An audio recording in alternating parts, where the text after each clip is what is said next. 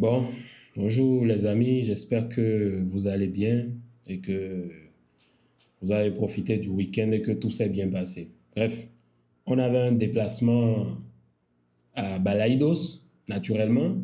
Et quand on parle de Balaidos, on parle de Celta Vigo. Et qui parle de Celta Vigo dit problème.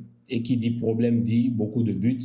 Et qui dit beaucoup de buts dit une défense totalement éclatasse qui continue d'être à la ramasse. Moi, je ne sais plus, je ne sais pas vous, hein, mais je ne me souviens plus de la dernière fois où j'ai suivi un match du Barça où on n'a pas encaissé de but. Je ne me souviens plus. Peut-être que j'étais en cours élémentaire 1. Ça, c'était, je ne sais pas, fin 99, 2000 ou 2001, quand j'étais en C1.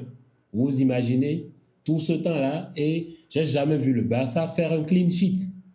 Donc aujourd'hui encore, tu encaisses 2 buts face à cette équipe de Celta et toujours sur les mêmes erreurs. Toujours, chaque jour, chaque matin, chaque week-end, chaque mercredi, chaque mardi, chaque samedi, chaque dimanche, où tu t'assois, toi, en tant que fan du Barça, il est évident que tu vas voir ton équipe encaisser.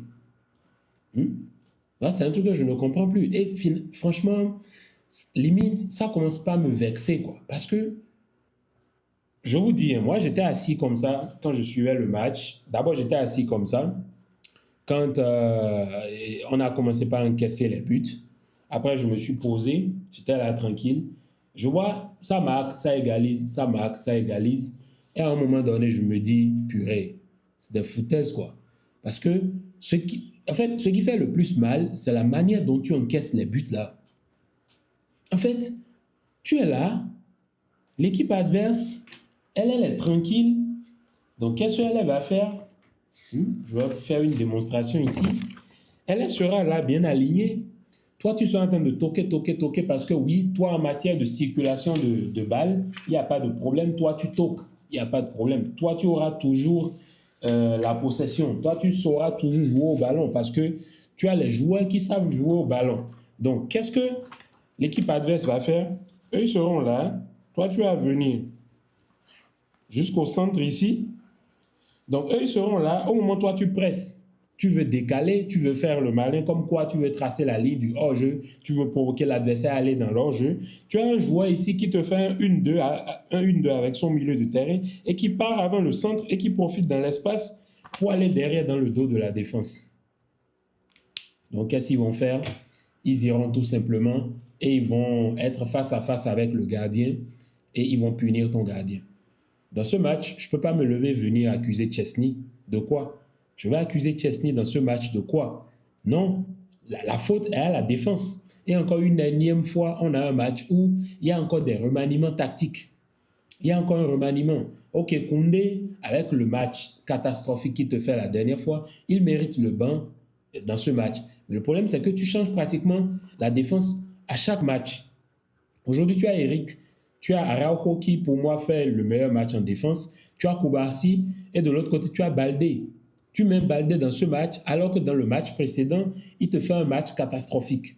Donc, c'est quelque chose que moi, je ne comprends pas. Si tu veux, mais Gérard Martin, comme je l'avais dit la dernière fois, la preuve, Gérard Martin, quand il est entré, il a eu 2 duels, 2 ou 3 duels, mais il était présent. L'aile n'était pas vide. Et je l'ai dit dans ma précédente vidéo. Alors qu'avant que Baldé ne sorte, regardez combien de fois Celta avait un boulevard sur l'aile de Baldé. Il se faisait bouffer, il se faisait manger, il se faisait prendre de vitesse, il n'arrivait pas à suivre. C'était carrément, je ne sais pas, c'était trop pour lui. Et moi, je me pose des questions à un moment donné. À quel moment cette défense-là, à quel moment Flick, parce que c'est Flick qui donne les consignes tactiques, c'est lui le coach, c'est lui qui dit ce qu'il faut faire, ce qu'il ne faut pas faire. Le problème, c'est qu'à un moment donné, dans la manière de s'aligner, dans la manière de positionner la ligne, on voit qu'il y a des failles. Et ça ne marche plus. Et maintenant, les adversaires, ils l'ont compris. Quand toi, tu penses que tu es en train d'observer ce joueur-là pour tracer la ligne, c'est pas lui, c'est pas la personne que tu penses, à laquelle tu penses, c'est pas cette personne qui fait le démarquage pour entrer, profiter dans l'espace et prendre le couloir. C'est pas cette personne-là. Qu'est-ce qui se passe? Tu encaisses, tu encaisses, tu encaisses. Sur les 10 derniers matchs, on a encaissé au moins une fois. C'est incroyable, c'est pas possible. Et à ce rythme-là, c'est comme je l'ai dit, on ne va nulle part. Ne prétendons même pas gagner quelque chose parce que la défense n'est pas sereine. Il y a trop d'espace. Bref, dans ce match, comme je le disais tantôt, une première mi-temps assez équilibrée entre Celta et le Barça. 3-2 à la mi-temps, 5 buts marqués. En fait, c'est là où vous voyez que les deux défenses, c'était des défenses passoires, quoi. Limite, quelle passivité défensive, c'est du jamais vu dans l'histoire. Dès que ça fait une, deux, ça combine, ça gagne derrière dans le dos de la défense et ça part. Encore que Celta, ils ont même été un peu disciplinés, mais malgré ça, ils ont caissé. C'est là où vous voyez que, comme je disais dans le précédent match contre Bruges, par exemple, l'animation offensive, elle est bonne. Il y a des buts.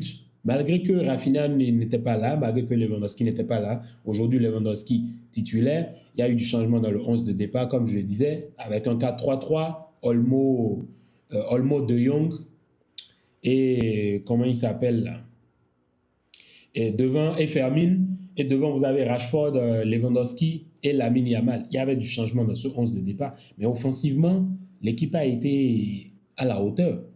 Parce que déjà, le match que Frenkie te fait au milieu de terrain, le match, il est bon. Contention, incroyable, sortie de balle, il se retourne sur lui-même, il temporise, il pose, il récupère, il distribue les ballons. Frenkie, il fait un super match. À la fin, il se mange un carton rouge mérité. Très mérité son carton rouge parce que voilà, c'était une deuxième faute. Vous voulez que l'arbitre fasse quoi? Parce que j'en ai vu qui ont commencé par se plaindre sur les réseaux comme quoi, oh l'arbitrage encore une fois, l'arbitrage qui donne un penalty au Barça, Marcos Alonso. En vrai, moi je vois le mouvement comme ça. Mais apparemment sa deuxième main là, la main gauche, elle est décollée de son corps. Donc pour moi, c'est penalty. Il n'y a pas de souci sur ça. Penalty transformé par Lewandowski dans le plus grand des calmes. Mais en termes d'animation offensive, c'était bon. Rashford qui te fait 2 passes décisives. Rashford d'ailleurs qui rate un face-à-face. Et c'est sur l'action derrière en même temps que tu encaisses un but. Donc, franchement, c'est pas bien. C'est pas du tout bien. Mais Rashford, dans ce qu'il a déployé dans ce match, c'est bien. Il a forcé, il a poussé, il s'est proposé, il allait dans les 1v1, il a provoqué, il a envoyé les ballons dans la surface de réparation. Et voilà, il a marqué. Même sur les coups de pied arrêtés aussi, il apporte ce truc-là depuis qu'il est venu au Barça. Je pense qu'on ne lui donne pas assez de crédit sur ça parce que ses performances aussi sont en dents de scie parfois. Mais Rashford, c'est l'un des joueurs les plus décisifs de cette équipe. Et il te délivre 2 passes décisives, il te fait un bon match.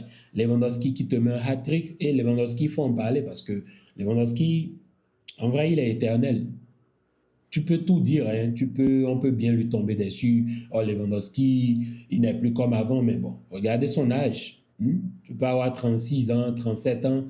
Et en fait, à ce niveau-là, tu ne peux pas t'attendre à ce que Lewandowski, ce soit le Lewandowski de quand il avait 28 ans, 29 ans, ce n'est pas possible. Mais Lewandowski, il est éternel. Regardez les buts qu'il te marque, surtout le 3e but, la détente dans le but de tête, surtout la manière dont il va la chercher et il fait le cabeçazo et la balle qui tape sur le sol et entre.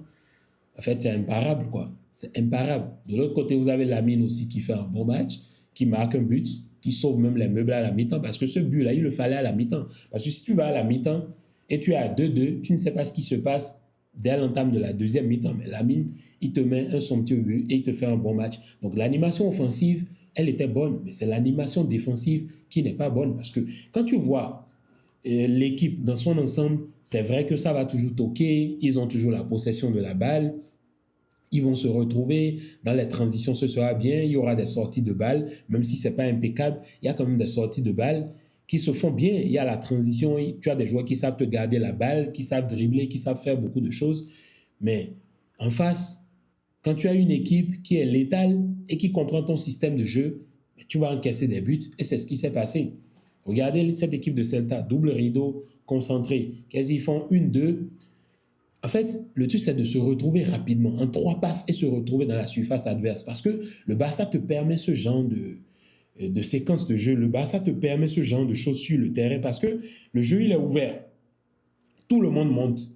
Donc, tout le monde fait un pressing haut. Mais le problème, c'est que quand tu fais un pressing haut plutôt, il faut avoir des joueurs rapides qui peuvent faire les replis défensifs. Mais si tu n'as pas un joueur rapide pour faire les replis défensifs et que, voilà, tu te trompes, surtout, en fait, le problème, c'est de ne pas se tromper. Parce que quand tu te trompes, derrière, tu te fais punir.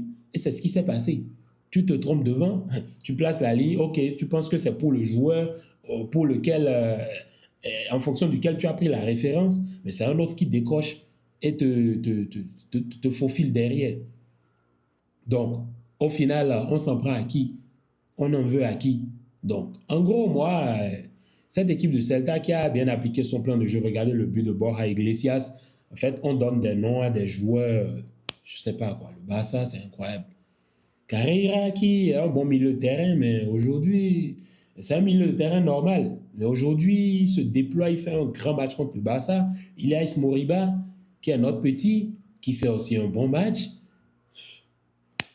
On est où là? On est chez les fous, littéralement. Franchement. Et cette défense, combien de fois, dans combien de vidéos on va en parler pour dire que voilà, ça suffit. Essayez de faire quelque chose, essayez de rester concentré. Heureusement que là, on part pour la trêve.